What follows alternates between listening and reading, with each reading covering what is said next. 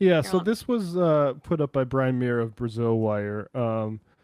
Is there's apparently a YouTuber. His name I'll get in a second here, but he has like 50,000 subscribers, and he got into Bolsonaro's face recently. and this is amazing in terms of like just how angry Bolsonaro is and how quick he is to be triggered by this guy. Right? Yeah, exactly. Like the absolutely no impulse control. Lula had just, I'm not sure which day, I think last Tuesday, had just started his presidential campaign. And so, like, it's a week you want to be a little bit on your better behavior. And instead, he attacks a YouTuber for calling him a concubine of Brazilian center right political oligarch. This is YouTuber Wilker Leão. Lula's got Bolsonaro in his feels, seems like.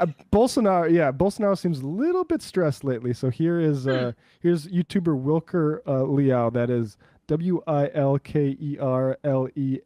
And I don't speak Portuguese, so if his politics are actually bad, I don't vouch for them. But it does look like he trolls Bolsonaro quite a lot and goes up to him with his sort of like taking like a front-facing selfie video and then tries to ask questions. And here is how Bolsonaro responds to that.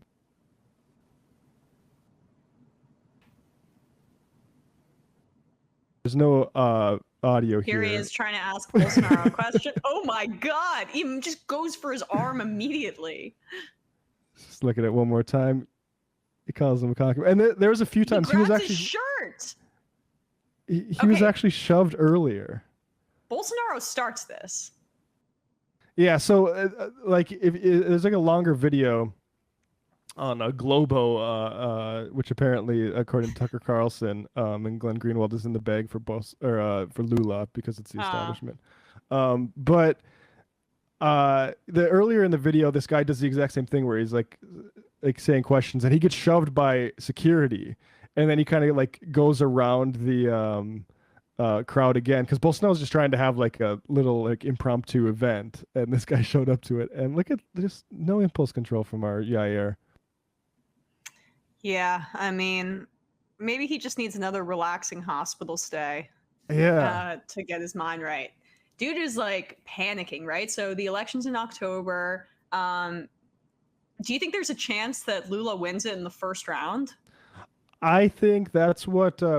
I think there's a good chance, and I mean, hopefully, if nothing changes in the race. But that's what Brian Muir thinks, and also Bernie Sanders has a bill. Bernie's Brazil bill, I think, is what it's the new BBB, what they're colloquially calling it, and to say publicly that we will not recognize a government that comes to power undemocratically, trying to head off any sort of judicial shenanigans that might try to throw Lula out after he does win this election, because it is really looking like he is going to win it. And if he's not president of Brazil, it will be because of some shenanigans. So, and Brian said that it's good that you have these sorts of noises coming from progressives in the U.S.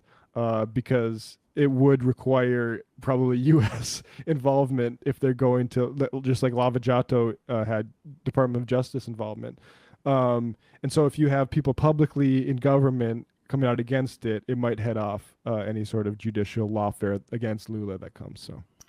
And I think also the domestic connection here in the United States between Bolsonaro and Trump is helpful insofar as the normal pumping up of right-wing forces in Latin America, South America is there's going to be more sunlight on it and less of a desire to do so from the Biden administration's perspective, just like given how brazenly Bolsonaro is copying the tactics and rhetoric of Trump, and it just fits more into like we're fighting election denial domestically than it would otherwise. Yeah, and I think either like the Financial Times or economists are still doing some of the things that worry you about, like, oh, would Bolsonaro be so bad? I mean, Lula's got his own issues, and it's like, there's a lot of support for fascism in sort of the financial press, particularly. So, good luck, Lula.